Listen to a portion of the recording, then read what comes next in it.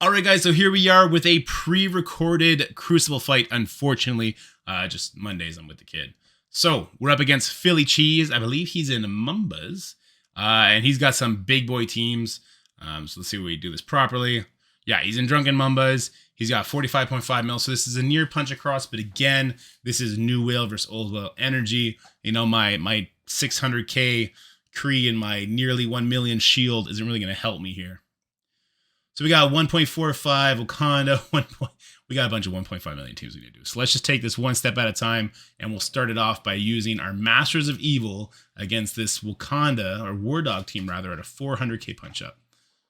Now, I gotta say, this matchup, punch ups, punch downs, they're not really relevant here, because what you're talking about is you're talking about Kang. So if you have a big Kang, it almost stops mattering the size of the enemy War Dog team. So what I like to do is I like to kind of spread the damage out so that when Kang does his ultimate, which does do a permanent kill, all the Mystics are in range to die. So I want to make sure Black Panther 1 million is nice and low. I want to make sure OG Black Panther is low. If I can get Okoye and Nakia to be low as well, all the better. So there we go. We're going to have Ultron Ultimate here in a second. I want to put some more damage out there. I think I end up doing this to Black Panther 1 million, but it might kill him here, which is kind of a bad thing. We do it to Nakia. It kills Nakia. Also a little bit wasted. I think Kang probably would have one-shot her. And then Ultron does one-shot the Black Panther. And we go here. Can we get the one-shot on OG? We do. But we weren't targeting Shuri, so we do end up wasting one more turn. But Absorbing Mana smacks the heck out of her, and she's gone, even on that block. So far, starting out pretty good. All right, next we'll head over to that Unlimited X-Men team, and we're going to use our Secret Avengers with Dorm. And I'm actually going to throw Chi in here because I've seen Taco be doing that. And although Sharon's been working for me, Taco showed me that Chi can kind of do more damage. So let's see if Chi will do that for me here. And of course, the loose condition here is that if you're Captain America, Sam gets ability blocked by the enemy Gambit, it's just over. So, I mean, 20% chance that you lose. You hate taking those odds, but kind of have to. And here it didn't happen, so we're good. Unfortunately, Shang-Chi getting that ability block is not much better because it means he's not able to do his ultimate, which is a Terminator Rewind. He can do the basic, which can land a slow, but here it did not. That's, again, very unfortunate because it means that Gambit is going to clear that stun and that trauma all the faster. Fury gets hit by the next ability block. Shang-Chi lost his first life. Shang-Chi gets hit further. Fury loses his first life, and I was really scared here because now Rogue comes in. She stuns my Shang-Chi, so Shang-Chi has not done anything this matchup, and he's clearly about to be killed. Gambit will kill Shang-Chi on the next hit. Not landing that slow before Dormammu did the stun was really, really bad. And obviously my Fury not looking good either. I need my Dorm to ultimate here, or I will lose this fight. So Shang-Chi is dead. He did absolutely nothing. Thanks, Taco. But Dormammu comes in, saves the day. He heals up Fury, heals up my Captain Sam. Captain Sam with that blind is probably the best. Well, you know what? Any character getting the blind is fine because Kestro clears it. Fury's going to summon next turn. And Captain America, he's going to use his taunt, which calls somebody else to do the attack anyway. So there we go. We get a bunch of attacks on the Rogue. And then the Kestrel pings out Gambit. And now we're just doing our thing. And we're going to slowly but surely take out the rest of this team. Dazzler lost her first life. Kestrel, unfortunately, can't pop her own passive, but Dormammu certainly can. So we're working on the Rogue now. Bang, bang. Yeah, I got a little skittish about Sunfire. I did not want the Sunfire to use his special and then ult me. I feel like that'd be a bad idea, so I wanted to take him out. I settle for the permanent kill on Rogue, which I think was the good idea. And now we work our way over here. Obviously, the room 4 res with like 1 life. I don't know why on earth they did that. Just said not a great idea. So we get it done. That was a big punch up. That was a big punch up. So I'm glad that worked. That was like a 250k or something like that. And then we go to the next fight. All right, now this is the first time that I decided I was going to try and do, because in my last round, I lost because I had to 2-tap the team, right? Because I did a burn attack followed by Unlimited with Apocalypse. And the other person used Apocalypse with Darkhold and one-shot mine. This is a 150k punch up, my A-hold into the Tangled Web Eternal team. I've heard with Noir it's easier because your Morgan goes first. So that was great. So we get all those debuffs, but now Morgan goes. So Morgan's going to go first. She can flip that, which is cool. But because she actually landed the flips, it doesn't do the turn meter rewind. And then Agatha gets stunned. Now Agatha's just getting absolutely blown apart. We got all the charges on Weaver, so that's not great. We can at least get the taunt up here. I can clear everybody's debuffs with the Apocalypse and put the ability block onto Weaver, but that gets immediately cleared because Icarus. Icarus does not like it when you ability block his friends. There's more turn meter rewind. Luckily, we got Wong up here. He's doing his best to just kind of hold it down. I don't like putting Apocalypse besides Wong, but I do like it because the retaliation will stop the Weaver chain there. So I do the Morgan special. That is unavoidable, so we get a little bit of damage on Weaver. Now we will completely miss her. Now we will also completely miss her. Won't you believe it? Now we'll hit her. Okay, so we get to use the ultimate. We do a little bit of damage. We get her pretty close to dead. She ultimates, gets a ton of barrier back, and this is just a loss at this point. Because I have a baby Apocalypse. And when you have a baby Apocalypse, you cannot one-shot a Weaver. Because they gave 4,000 shards away for Weaver. If they didn't, where I play, everyone will have her maxed out regardless. So I see right off the bat, and I'm going to stall out here. Because I know my Apocalypse will not kill that Weaver. Yeah, if you need to do this matchup, Dead is saying it perfectly. And actually, let me pull up the game chat for you guys. Dead, go ahead and repeat that, would you? You need to have a bigger Apocalypse for this matchup to work. So you see, it was close, but not quite close enough.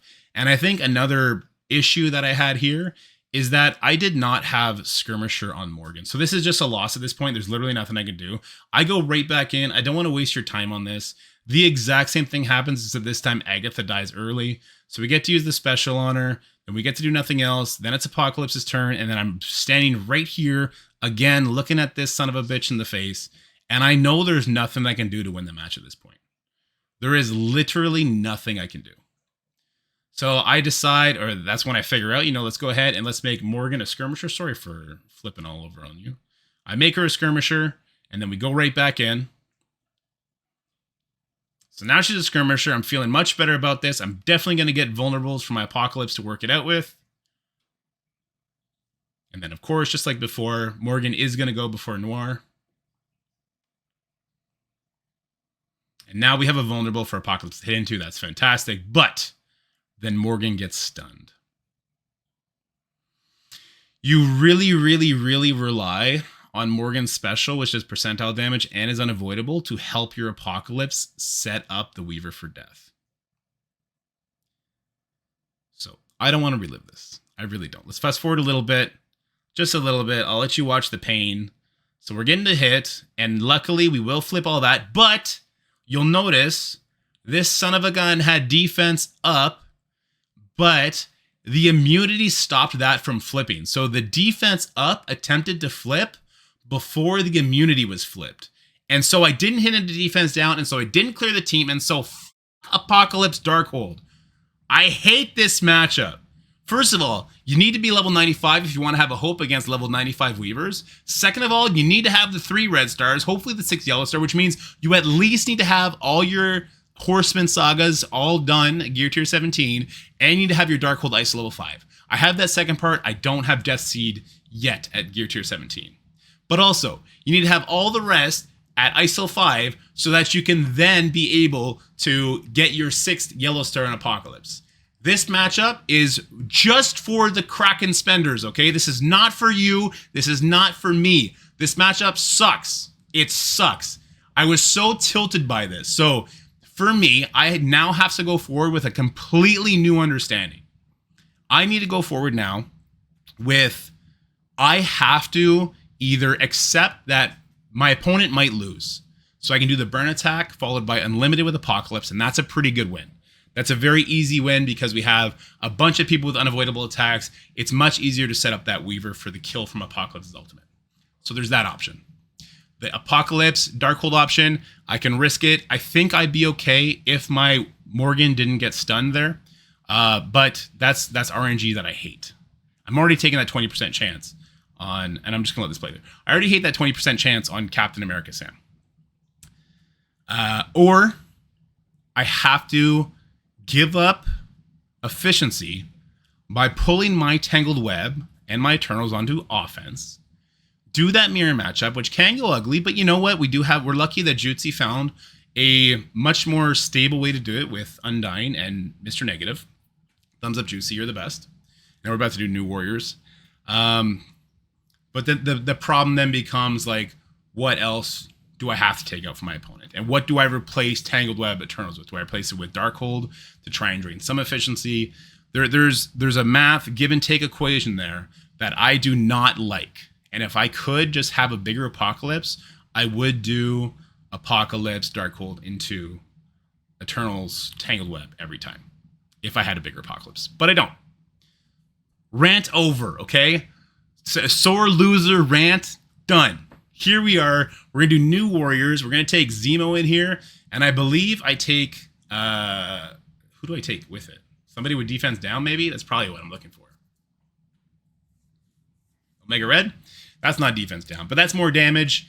Presumably, Omega Red will go first before the other 120 speed characters on the Rebirth side, just because we assume Cloak is going to land some slows. And I guess we're going to hope that Zemo lands some too, and he did. He landed 3.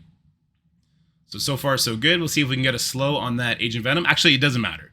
So already the 120 speed characters are Peggy Carter and US Agent, and Zemo landed slows on both of them, so we're kind of just good at this point.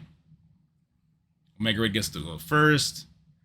We got a bunch of ability blocks that we were able to spread. We got a bunch of offense downs that we were able to spread. Zemo's now going to go clear house.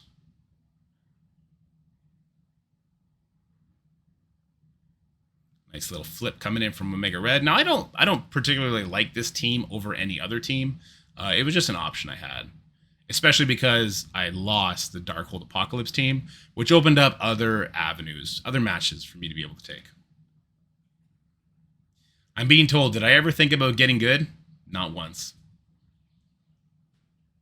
Not once.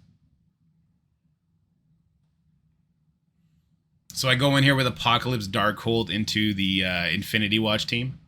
I have an idea for Infinity Watch teams going forward now that I have Tangled Web Eternals on offense. We'll see how that plays out. But this one is obviously quicker than without Apocalypse, but it still takes too many turns in my opinion.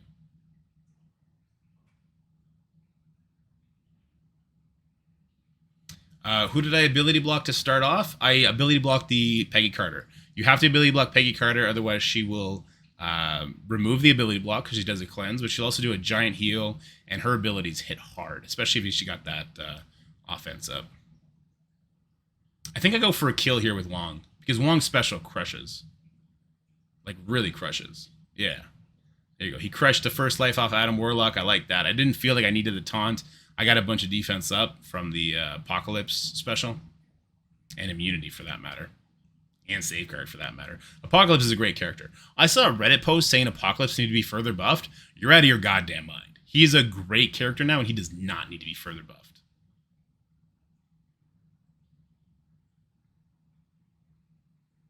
All right, I think do we go for the kill here on Moondragon, hopefully? Yeah, we got that. All day. All day. Whoop. This is going to kill those two. Close to killing the Nebula. There she goes. Yeah, let's prep that Gamora for Apocalypse. Can Apocalypse do it? No. I hate having a baby Apocalypse. The Apocalypse Saga was the worst thing that ever happened to the game. Ah! I'm just kidding. I am excited for Dark Dimension 6 to come back, though. I much prefer the year-long chase for Dormammu, where after you got the baby version of him, it was like 2 weeks before you got the big version of him. This Apocalypse nonsense with ISO 8 is crazy to me. And they haven't changed ISO 5 payouts yet, which is not good. Not good at all. All right, we just got the one team left, the Bionic Avengers. And I did something really fun here for Bionic Avengers that was super quick. Super duper quick. So I threw in my Death Seed, but I took Psylocke out. And I throw in, you'll see in a second.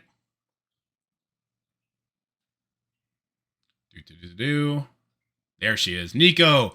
So Nico's going to flip all their defense ups into defense downs. Magneto's going to pull them all in together. And from there, I don't think they ever get a turn. So now they're all pulled in. We'll flip all the defense ups to defense downs. And now you have a couple choices. Do you go for sure kill ultimate on somebody, or do you try and spread out the damage and see if you can get monster kills? And you know me, I'm greedy. I've already lost this Crucible anyway. I go for some monster kills. So we get 1 out, 2 out. That's a bunch of turn meter rewind. I get to do, I think they do the special here. It's a little bit more damage. I do. And then finally, Nemesis is going to come in and he actually erases the rest of them. And there you go. 5 turns and it's done. I love that type of efficiency. So that's how this Crucible ended, guys. He did beat me. His Apocalypse Darkhold into my Tangled Web Eternals was much more efficient. He 2-shot it. He did time out. But he didn't die like I did. He didn't not kill. He had a bigger Apocalypse. And actually, you know what? Wait, let's go to game and we'll take a look at that right now. All right, so here we are at the results, and he did win. So we just saw my attacks. We don't need to relive that one, especially this one right here. Oh, wait. It just went away. Especially this one right here where I didn't clear. We don't need to relive that one. We're good. We're good. Let's check out what he did. So he did a Gamma Mirror matchup on mine. Not as bad efficiency as I would have thought. Mind you, he was punching down 300k. He A-Force doomed my Young Avengers. Really good efficiency there. He Young Avengered my Infinity Watch. Not great efficiency there. That one never is. Though he was punching down into my Infinity Watch. That's yucky. His Secret Avengers, Kesha, were punching down into my Limited. F*** off. I tried to lose so I wouldn't have to do these stupid kind of matchups anymore. Put me with my people. I'm a regular person now, okay? I stopped whaling 6 months ago. Put me with my people.